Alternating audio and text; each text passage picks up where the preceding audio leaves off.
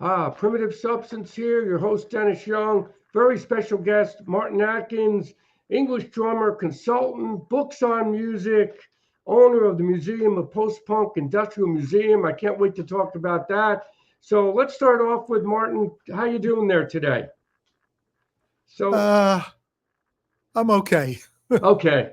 Well, it's better than being bad out there. But anyway, Yeah, how I'm not like to talk. complaining. Oh, that's good. So let's talk about your early life, how you got interested in playing the drums. My dad bought me a drum kit. I mean, it's really simple, you know. Okay. I think I was given the snare drum at high school, and somebody told my mom, "Oh, Martin's really good on." I think they were just making conversation, Right. and so I think my dad saw a drum kit at the market, and Oh, next thing okay. you know, as a 9-year-old, I had a drum kit, and I just started playing for hours every day, playing along with albums, and Hmm. that was the beginning of that. Joined my first band when I was 11. Started playing in a cover band. Hmm. That's where I got my chops, if you like. I was playing 8 shows a week, Sunday afternoons. We were back in strippers. What? Okay. Um, and so then by the time punk rock came along, um, I was pretty decent. Yeah. Oh, now who were you influenced by? What kind of drummers as a kid? Who was there anybody you were listening to that really Yeah. I mean, this is touched you? a while ago. So I was listening to Buddy Rich, Gene Krupa, Ian Pace from Deep Purple, Oh, he was great. Bonham, of course, all the old drummers. And then, oh my goodness, he had a song called Dance with the Devil. Hmm. Oh my God. I'll have to look it up. It Okay, became that's okay. it was a hit single in the UK. It was all drums. Right. And so I looked up to, and then Billy Cobham, some of those more complicated jazz drummers, because before punk came along, everybody aspired to be a more technically proficient drummer. Right. Punk came Yeah, along. the prog rock era was hot back then too, in the 70s, and the Yeah. fusion, Mahavishnu Orchestra and all that stuff was happening. Yeah, exactly. And so I was always wanted to be like Bill Bruford. I always loved his playing. And then that's all coming around again with It is. Beat on the Road Now. Yeah. Yeah. Cozy Yeah. Powell. That's who had the Dance with the Oh, he Devil. was heavy. He was Cozy great in Powell. Rainbow. Oh Yeah. man, I just saw a video of him from Rainbow in 1979. What a beast, Yeah. man. Well, that Dance with the Devil was just drums, So my mom and dad took me to see him, and that. Mm. Yeah. So how did you hook up with Public Image? That they were one of our favorite bands, Liquid at the time, and we really loved those records. Well, thank you. We moved to New York in. You were based out of New York, weren't you? Right. Yeah. 99 Records. In fact, Yeah. Keith Levine used to visit the store a lot, Ed's store, and used to hang out there, and he got to know him, and so we were big fans of the band. And there was Conk, ESG, all that stuff. Right. Yeah. Right. Yeah. So I think when I was about 16, I was in a large band in the northeast of England. And we played to 600 people at the university, and it was kind of prog rock with a mellotron, And I was like, great, we're in the biggest band in the north of England. Big deal, It's like being the biggest band in, I don't know. I don't want to disparage any parts of America. But so I went down to London for some auditions, and it was kind of a mess. I ran out of money. and I had to Right. leave London the day that I found out that John was auditioning drummers for his new band, Public Image. Oh, And okay. I called the number, and it was like, "Hello, Virgin Records." I'm like, "Oh my God, this is John Smith." That's great. And I'm like, "Great, can I have an audition today? Because I have to leave. I've run out of money." They're like, "No, auditions are Friday," and this was the Right. Wednesday. And I'm like, "Well, I can't do the auditions then." And as I got a ride back to the north of England, I'm just like, "Well, this is crazy. This was opportunity. You'll never get an opportunity like this again." Right. When I got back to the north of England, I called the band I was in. I said, "Look, I'm moving to London, and then I started, and then they said, "Well, we're going to move too," and I started to, every time I saw the PIL job was vacant, Right. up, I got to know Jeanette Lee, the people at Virgin Records, Right. and they went through about 6 drummers in the first year. Oh, yeah. Richard That's something. Dudansky, a bunch of drummers.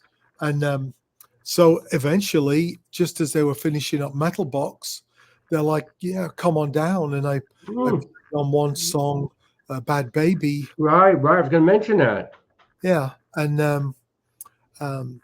that was that, 1979. Then we did John Peel sessions in January. Were you part of the American Bandstand Yeah. craziness? Oh, that was the most iconic. Yeah. That has to rank in the tops of one of the craziest, best episodes. Well, thank you. I mean, and I think people credit PIL with disassembling part of American culture.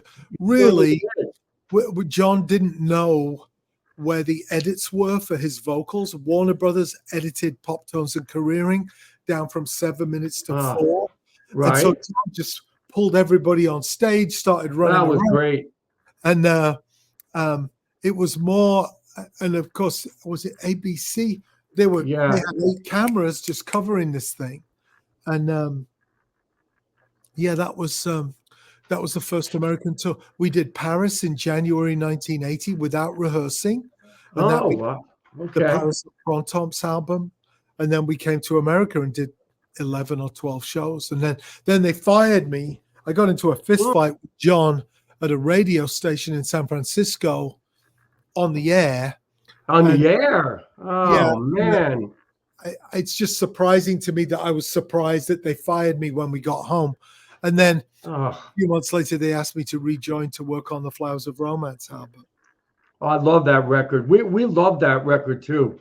We had your records on the turnstile all the time. I mean, you Fela, a couple other, James Brown, but the Metal Box is just Mr. Wobble's playing is so intense. Wobble was just here like 8 weeks ago. He was in town, and he was going to come to the museum and do like a Q&A. Right. I've got to show you this. So I'm like, you see my kit, right? Oh yeah, there it is. That's great. I'll move my kit, and then we'll do a Q&A. Sure. And then I don't know if you can see all the way in the back. Right. Like I see that. There's the Kill and Joe Pigface bass rig. Oh, okay. And, so I'm about ready. Some history there. I'm about to move the drums, and I call Wobble up. I'm like, "Listen, Wobble, I'm about to move my drums. There's a really amazing bass rig 5 feet away from my kit. Do you want to just jam?" And he's like, "Yeah, let's just jam." And so people came. We sold like 35 tickets. It sold out really quickly. But people came to see a Martin and Jar. Oh, that must have been something. And instead, we're just like, "Oh, sorry, we're just going to jam." And we both fielded questions, Wobble from his seat in front of the bass rig and me from behind the kit. It was just fantastic. Oh, that's historic. Wow. Now, were you part of that Crazy Rich show where they were behind the curtain? Were you at that? Were you doing that show? No, that was the only show I didn't do from 79 to 85. That was insane. I heard bottles being thrown at the stage and Well, another circus there. Well, yeah, Bow Wow Wow canceled, and Oh, okay. Michael Alago, who I still talk to, Michael, he signed Metallica when he was 23. Michael Alago ran into Keith on the street, said, "You want to do PIL?" And instead of calling me, Keith and I didn't get along terribly well. Oh, okay. A couple of years before he passed, we patched it up. We had a really long 2-hour phone conversation. But Keith went up to a music store, Sam Ash Music, I think. And there's a drummer behind the counter called Sam Ulano. And he just, "Hey, are you a drummer?" Sam was like, "Yeah." And so he was a jazz drummer. And so I'm sure Keith just thought, who cares, you know? Yeah. So I've seen some 60 millimeter footage from behind the screen on the band side. Okay. And it's just chaos, and it's just the audience wind up. And so Sam Ulano, this jazz drummer, is behind the kit, and it's the audience is starting to get a little bit pissed off. And Keith is like tuk, tuk, tuk, tuk, tuk, with his guitar. Right. And he goes to Sam, you know, hit it, you know. Yeah. Well, so Sam goes, because he's a fucking jazz drummer. Right. That's funny. I don't know if I actually saw this or if this was in my head, where I just saw Keith's face like, should have called Martin, you know? Like, yeah, of course. But then it just obviously was not working. There was a turntable on stage, and I think Keith put Flowers of Romance on, and then everything quietened down. People are like, yeah. Right. And then the record skipped. And then, oh my gosh. Yeah, it was full on chaos after that. Yeah. Yeah, that was a big club scene in New York back then too. I mean, it was so many clubs and so much happening. Now, one little story is I believe 99 Records got the metal box record. I think the original records I think they were the only store around that had it. I'll have to confirm this with Bill Bauman, who I've been talking to also. Oh, please tell Bill. I know Bill from way You know back. Bill? Okay. Yeah. I've been speaking with him about his career. I'd be surprised if Bleecker Bob's didn't have it, because Bleecker Bob was at that show in New York in 1980. Right. I remember seeing him on the guest list. I don't, yeah. I'm sure they had it. So you did one more PIL record, but This Is What You Want, This Is What You Get, right? You did that record. And Live in Tokyo. But okay. Yeah. So that was an interesting period. Then you did Brian Brain. Let's hear about that. I had Brian Brain before PIL. Okay. We did a 7-inch single called They've Got Me in the Bottle, which was actually in the UK alternative charts during that first PIL tour in 1980. Okay. And so Brian Brain was this crazy thing that I had. Margot from the Go-Go's on bass. Pete Jones, who played in PIL for a while, like 83, was on bass originally.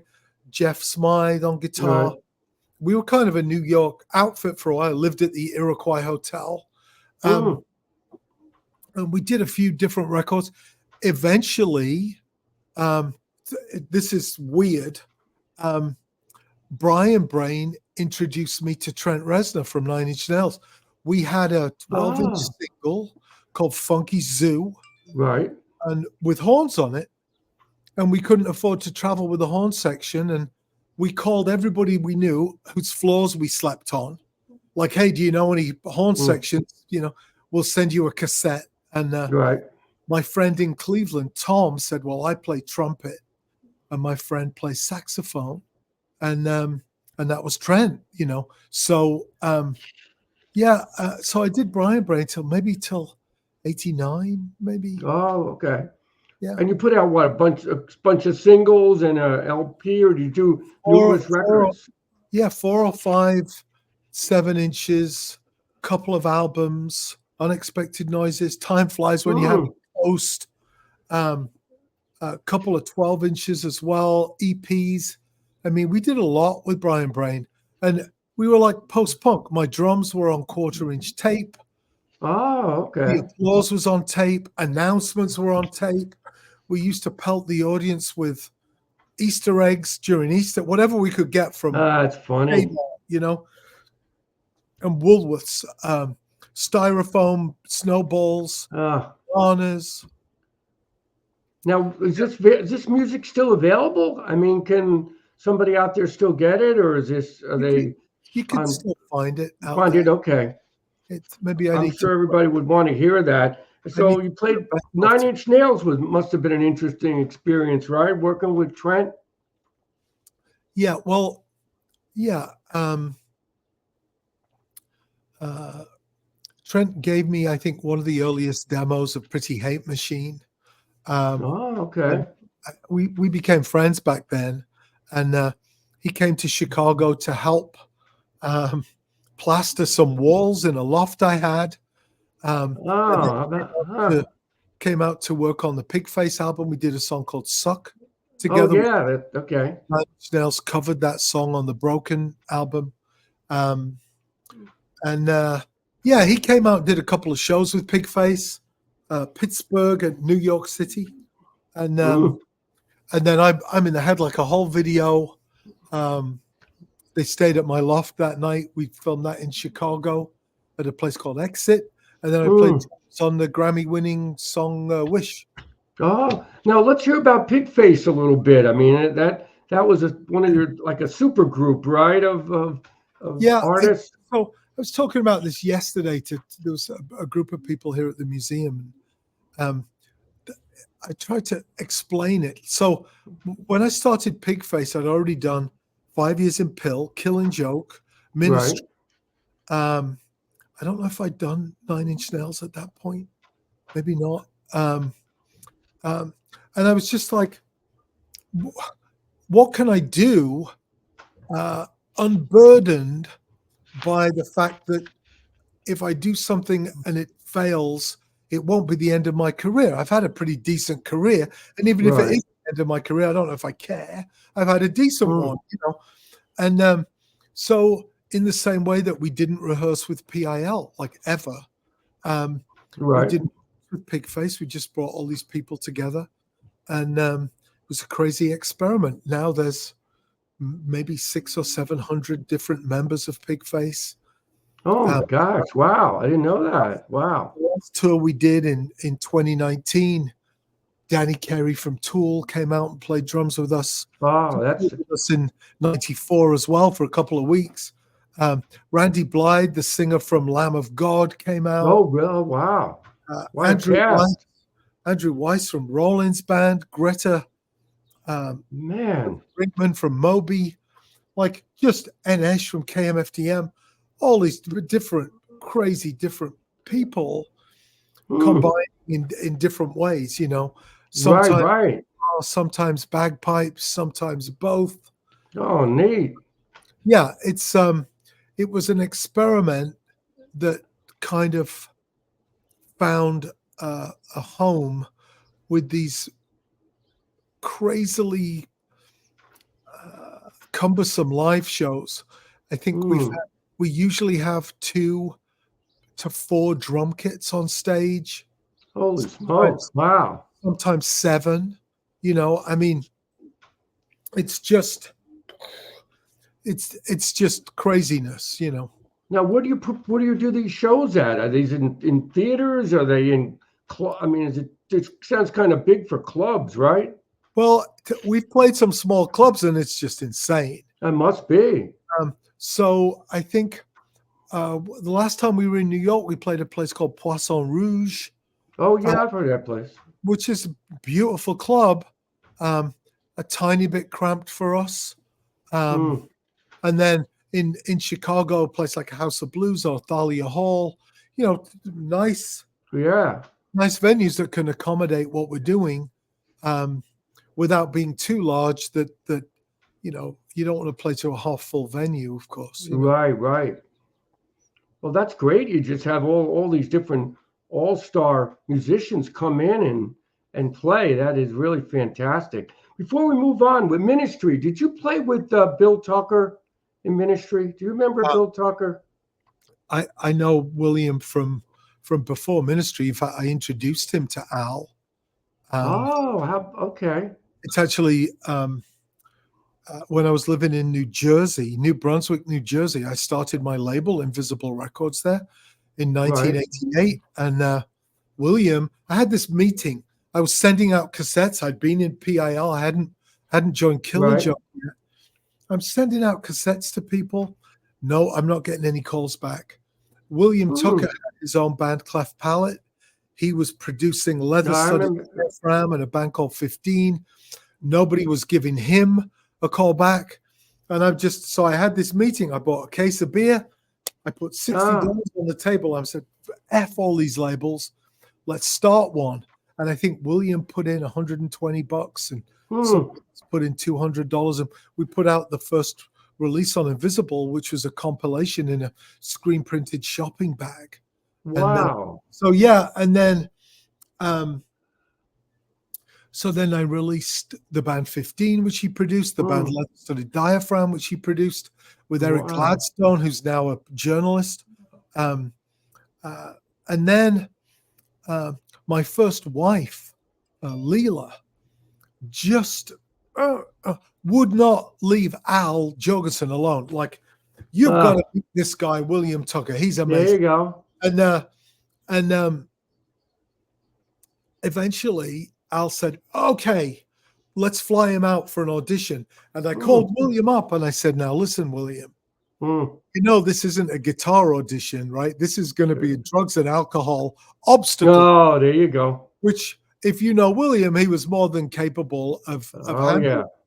And sure enough, he spends like 2 days with Al on this mad binge. And at the end of which, Al just like puts a guitar in his hand, go, And so he got the job in Ministry. But this is where it gets interesting. Well, but then Mike Scasher, who was the guitarist with Rigor Mortis, had been Ministry's guitarist.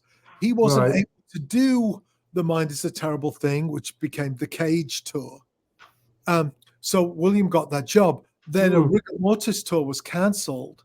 Suddenly, Mike Scasher's available, and Al called up William and said, hey, I don't need you. You could still tour with us as the keyboard technician. William just lost his shit completely. And he called me up. I'm like, listen, man, you've seen this group of people. Right. Not everyone's going to make it past the second week of this tour. Right. Come on tour as a keyboard tech. Bring your guitar, put it in your bunk, sleep with your guitar. And when one of the three guitarists has a rough day or is arrested or whatever, falls off a cliff, there you are. Sure enough, we get to a club called Numbers in Houston, and I'm sitting in the car park. Two of the guitarists are nowhere to be found. And so William picks up his guitar and jumps in with Ministry, starts jamming with KMFDM, who were the opening band. Next thing you know, he's on the road with Thrill Kill Cult, and that was it for William. It's that's something. I know William from Regressive Aid. Okay. Back in 1980, we played at City Gardens, Liquid, and Regressive Aid. And at the end was great because he had all of these big containers, like cans. And we had this great jam at the end. And then I know him from RD3 Records did like records with Andy there, Gomery from the grocery. So I knew William as, Bill Tucker before all this happened. So I was just curious. I saw Ministry on there. I had to ask you. I loved Cleft Palate.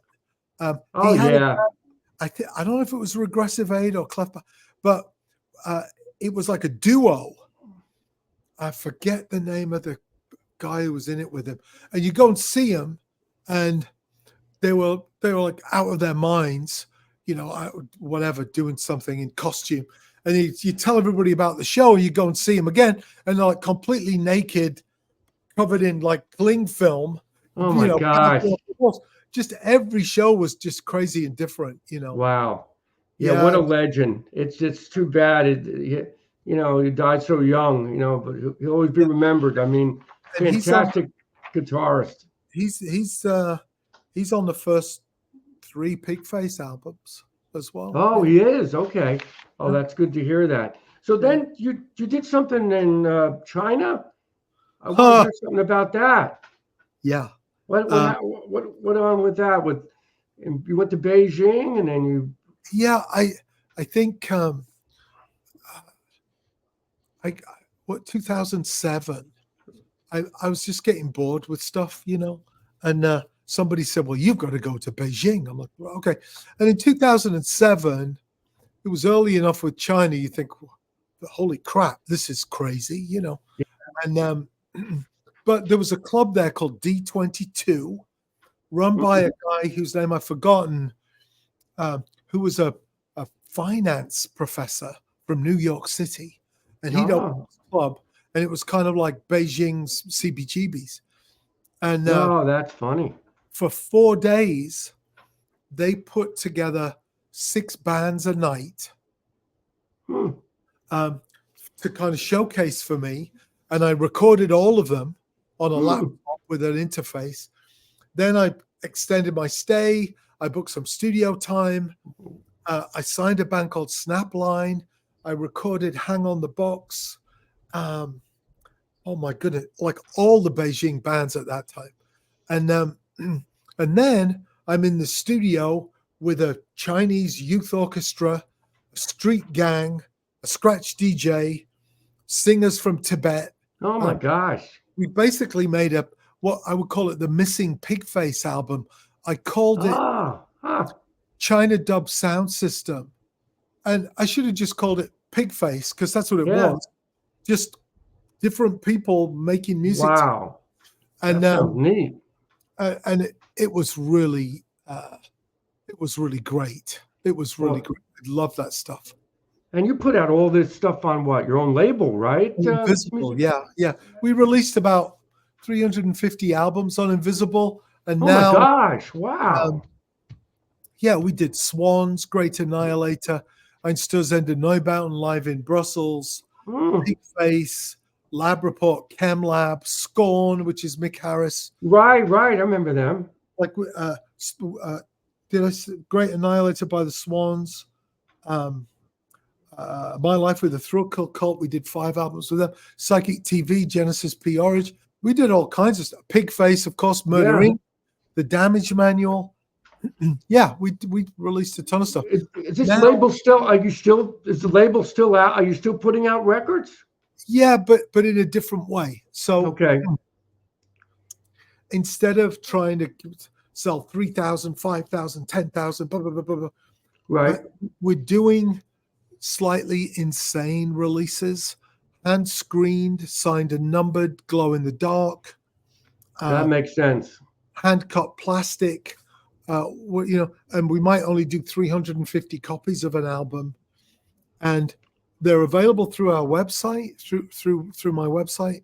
Okay, but good. Might actually stop doing that and just say, look, if you want any of this stuff, just come to the museum, and it's all here at the museum. So that's what I want to talk about, because I didn't even realize you had a museum out there, and let's hear about this. This is fascinating that you have a post-punk industrial music museum. Yeah. So I kept everything from 1979 onwards. We did the John Peel session. I've got a paper cup from the BBC. I've got the Mickey Mouse watch, the boom, boom, boom, boom, boom, boom, boom. From the Romance album. I just kept all this stuff, right? Right. The hand-typed itinerary from when we went to Paris and we recorded the Paris album. A ticket from the Paris Metro. My check stub from American Bandstand. The sign from the dressing room door. And then, so I kept all that stuff because I guess I thought, this is my 15 minutes of fame, you know. Right, right. Okay. And then I joined Killing Joke, and there's a bunch of, you can see Killing Joke stuff behind me. And then during the pandemic, I was downstairs. I started to do Zooms. And I played people some different unreleased Killing Joke mixes or whatever, right? Some PIL stuff. I have all kinds of PIL stuff. And talk about stuff and show photographs and put different things behind me. This Money's Not Our God from Killing Joke scenery that I made, that was downstairs. And then I just got this idea to start this museum. And I just put on Facebook one day, it was April 21st, 2021. I'm going to start a museum. Who's in? Kind of reminiscent of Nipsey Hussle. You could buy this $105 t-shirt. It makes you a founder. And a bunch of people did that. I'm like, oh, holy shit. Before we were even on this floor, right? Yeah. Funeral home used to be Invisible Records. And so I started to put my stuff on the walls. And then I came up with a different way for people to become founders. If they didn't have any money, they could suggest an item to donate, and maybe that would make them a founder. And so then things started to go really crazy. A signed suit from Ogre from Skinny Puppy. Wow. Scenery, a signed microphone, signed megaphone. Paul Raven from Killing Joke. Wow. His bongos are behind me here. Look at that. Jazz Coleman's jacket with Jazz Coleman's passes, room keys from the Columbia Hotel in London. Great. Smashed guitar behind me.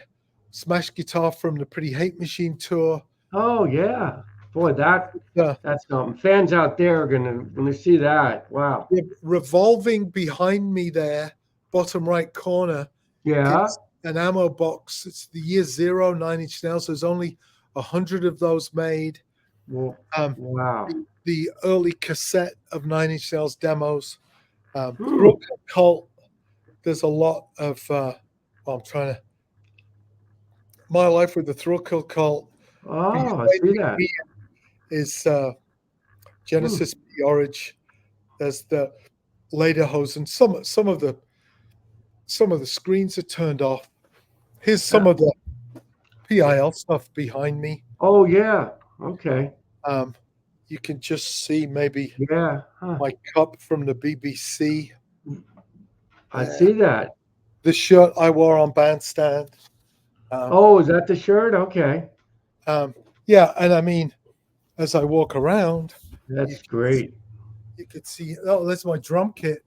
Yeah, there it is. That's my drum kit from Killing Joke, PIL, and Ministry. That's in the head like a whole video. The gift shop, of course. Of course, got to have that. And then up front, see, I didn't know I was going to do this. So all the lights.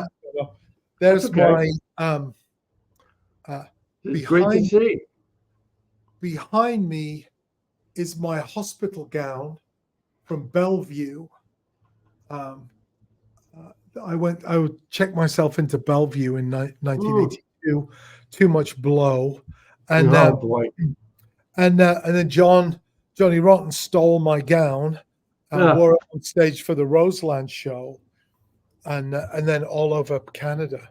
And then my studio's downstairs. I got Steve Albini's tape machines. Oh, you have that. Oh, you have that. It's pretty wild, and the place has now grown. So it's getting bigger, huh? Yeah, people. We just had some people here from Calgary, Dublin, Cincinnati, and so I used to say to people 3 years ago, "What are you doing in Chicago?" And they would do something else, and they'd come and stop off at the museum on their way to a show or the way from visiting relatives, whatever. But more and more this last year, people from Buffalo, Tulsa, Dublin, they're like, "Well, what are we doing in town? We came to visit the museum," and so it's pretty crazy. It's Well, I'd been love great. to visit it one day. I think I'd love to make a trip out there and visit.